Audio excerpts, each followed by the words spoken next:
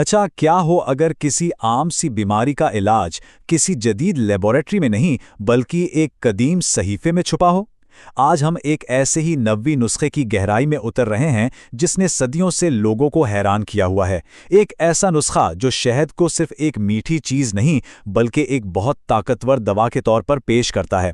لیکن سوال یہ ہے کہ کیا یہ صرف ایک پرانی کہانی ہے یا اس کے پیچھے کوئی گہری حقیقت بھی چھپی ہے؟ آئیے دیکھتے ہیں۔ تو کہانی شروع ہوتی ہے ایک بہت ہی عام سی درخواست سے۔ ایک شخص ہے جو اپنے بھائی کو تکلیف میں دیکھتا ہے اور مدد کے لیے نبی اکرم صلی اللہ علیہ وآلہ وسلم کے پاس آتا ہے۔ ظاہر ہے صورتحال پریشان کن ہے اور وہ ایک فوری اور مؤثر حل کی تلاش میں ہے۔ آج کل کی دنیا میں جہاں ہم پیچیدہ مسائل کے لیے پیچیدہ علاج کی توقع کرتے ہیں، نبی اکرم صلی اللہ علیہ وسلم کا جواب انتہائی سادہ تھا۔ انہوں نے کہا، شہد کوئی نایاب جڑی بوٹیوں کا مرکب نہیں، کوئی مشکل عمل نہیں، بس ایک عام سی چیز۔ اور یہی سادگی اس بات کا اشارہ ہے کہ یہاں حکمت ظاہری شکل سے کہیں زیادہ گہری ہے۔ اور یہیں سے کہانی میں ایک دلچسپ موڑ آتا ہے۔ جب اس مشورے پر عمل کیا گیا تو نتیجہ توقع کے بالکل برعکس نکلا۔ بھائی کی حالت بہتر ہونے کے بجائے مزید بگڑ گئی۔ ذرا اس شخص کی الجھن اور پریشانی کا تصور کریں۔ ذہن میں یہی سوال آتا ہے نا کہ کیا نبی اکرم صلی اللہ علیہ وآلہ وسلم سے کوئی غلطی ہوئی یا یہ سادہ علاج کام نہیں کر رہا تھا؟ اب اس بظاہر ناکامی کے بعد کوئی بھی سوچے گا کہ شاید اب مشورہ بدلا جائے گا، لیکن اس کے بجائے نبی اکرم صلی اللہ علیہ وسلم نے اپنی ہدایت پر اور زور دیا۔ یہ صرف دہرانا نہیں تھا، یہ ایک طرح کا چیلنج تھا اس شخص کے لیے کہ وہ فوری پریشان کن علامات سے آگے دیکھے اور ایک ایسی حکمت پر بھروسہ کرے جسے وہ ابھی تک سمجھ نہیں پایا تھا۔ تو اسرار کا یہی لمحہ اس پوری کہانی کا مرکزی نقطہ ہے۔ اس کے بعد جو ہوتا ہے وہ نہ صرف ایک حیران کن موڑ ہے بلکہ ایک گہرا سبق بھی ہے، ایک ایسا سبق جو طب، انسانی جسم اور خود ایمان کے درمیان تعلق کو ایک نئے زاویے سے سمجھاتا ہے۔ ذرا اس منظر کو ذہن میں لائیں۔ وہ شخص ایک بار نہیں بلکہ کئی بار واپس آتا ہے اور ہر بار اس کی پریشانی بڑھتی جاتی ہے۔ جو کچھ حقیقت میں ہو رہا تھا، یعنی اس کے بھائی کی بگڑتی ہوئی حالت، وہ دیے گئے مشورے سے بالکل الٹ تھی، اور پھر بھی ہر بار جواب وہی رہتا ہے، اسے شہد پلاؤ۔ اب اس صورتحال کا کسی نہ کسی نتیجے پر پہنچنا تو لازمی تھا۔ اور پھر آتا ہے کہانی کا سب سے اہم موڑ۔ یہ جو بیان ہے نا، یہ لفظی نہیں ہے بلکہ ایک بہت گہری تشخیص ہے۔ نبی اکرم صلی اللہ علیہ وسلم یہ نہیں کہہ رہے کہ وہ شخص جھوٹ بول رہا ہے، بلکہ یہ کہ جو علامات نظر آ رہی ہیں، یعنی جو پیٹ کہہ رہا ہے، وہ گمراہ کن ہے۔ اصل میں اس حال خود بیماری نہیں تھی بلکہ جسم کا بیماری پر رد عمل تھا۔ سچائی سطحی علامات میں نہیں تھی بلکہ اس شفا کے عمل میں تھی جو شہد نے شروع کر دیا۔ تو نبی اکرم صلی اللہ علیہ وسلم کا یہ بیان ایک ہی وقت میں تسلی بھی تھا اور تشخیص بھی۔ لیکن سوال یہ ہے کہ اس کے پیچھے طبی منطق کیا تھی؟ اسے سمجھنے کے لیے ہمیں یہ دیکھنا ہوگا کہ اس قدیم حکمت کے مطابق شہد ہمارے جسم میں کرتا کیا ہے۔ تو بنیادی طور پر شہد اس حال کو روکنے کے لیے نہیں دیا جا رہا تھا بلکہ اسے مکمل کرنے کے لیے دیا جا رہا تھا۔ اسے قدرتی صفائی کے عمل کے طور پر سوچیں۔ جسم پہلے ہی کچھ نقصان دہ چیز کو باہر نکالنے کی کوشش کر رہا تھا۔ شہد نے اپنی چپچپی اور صاف کرنے والی خاصیت کی وجہ سے ان نقصان دہ مادوں کو پکڑا اور اس عمل کو تیز کر دیا۔ تو اس حال میں جو ابتدائی اضافہ ہوا وہ ناکامی کی علامت نہیں تھی بلکہ اس بات کی علامت تھی کہ علاج نے کام کرنا شروع کر دیا ہے۔ اور یہ ایک بہت ہی اہم طبی اصول کو ظاہر کرتا ہے، دوا کی مقدار یعنی ڈوسیج سب کچھ ہے۔ نبی اکرم صلی اللہ علیہ وسلم سمجھ گئے تھے کہ پہلی خوراک جسم میں جمع شدہ نقصان دہ مادوں کو نکالنے کے لیے کافی نہیں تھی۔ ان کی بار بار دی گئی ہدایت کوئی ضد نہیں تھی بلکہ ایک میڈیکل ایڈجسٹمنٹ تھی۔ انہوں نے خوراک کو اس وقت تک بڑھایا جب تک کہ وہ مسئلے کی شدت کے برابر نہ ہو جائے۔ یہ ایک ایسا اصول ہے جسے ڈاکٹر آج بھی استعمال کرتے ہیں۔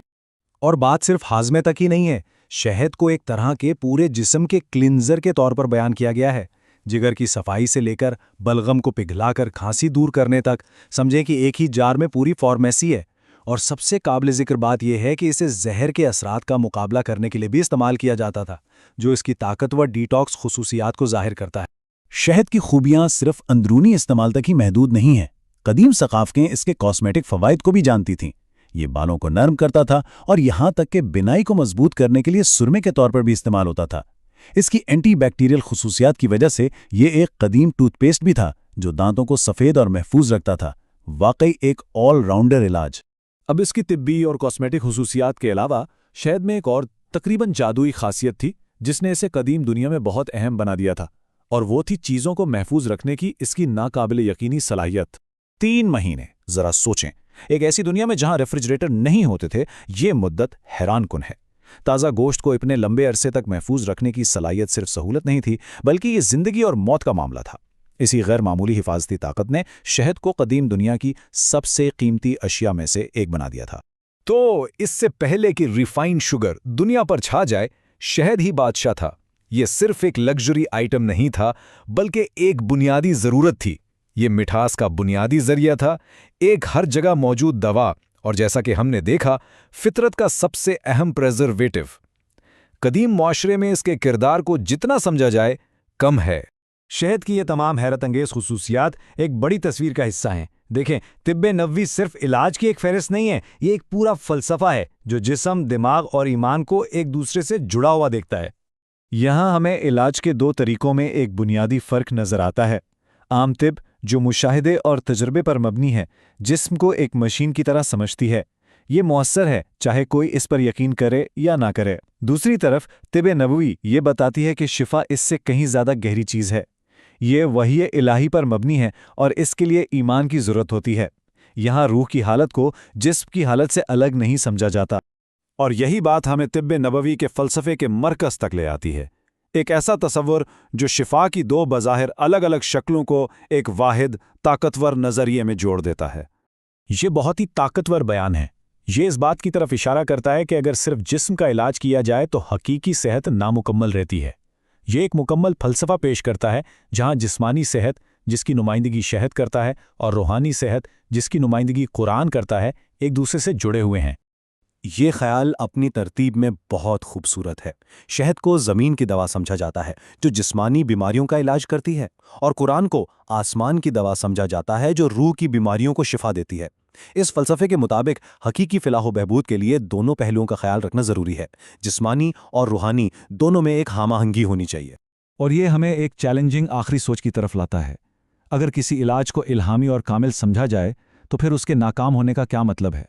طب نبوی یہ کہتی ہے کہ پھر ہمیں اپنے اندر جھانکنا چاہیے۔ شاید رکاوٹ علاج میں نہیں، بلکہ اسے قبول کرنے کے لیے ہماری اپنی تیاری یا حالت میں ہے۔ یہ ایک ایسا خیال ہے جو طب کے بارے میں ہمارے جدید نظریات کو چیلنج کرتا ہے اور ہم سے یہ سوال کرتا ہے کہ ہماری اپنی حالت، ہمارا ایمان، ہماری ذہنیت، ہماری روح، ہماری شفا یابی کی صلاحیت میں کیا کردار ادا کرتی ہے۔ یہ ایک ایسا سوال ہے جو صدیوں سے گونج رہا ہے اور ہمیں جسم اور روح کے گہرے تعلق کو سمجھنے کی دعوت دیتا ہے۔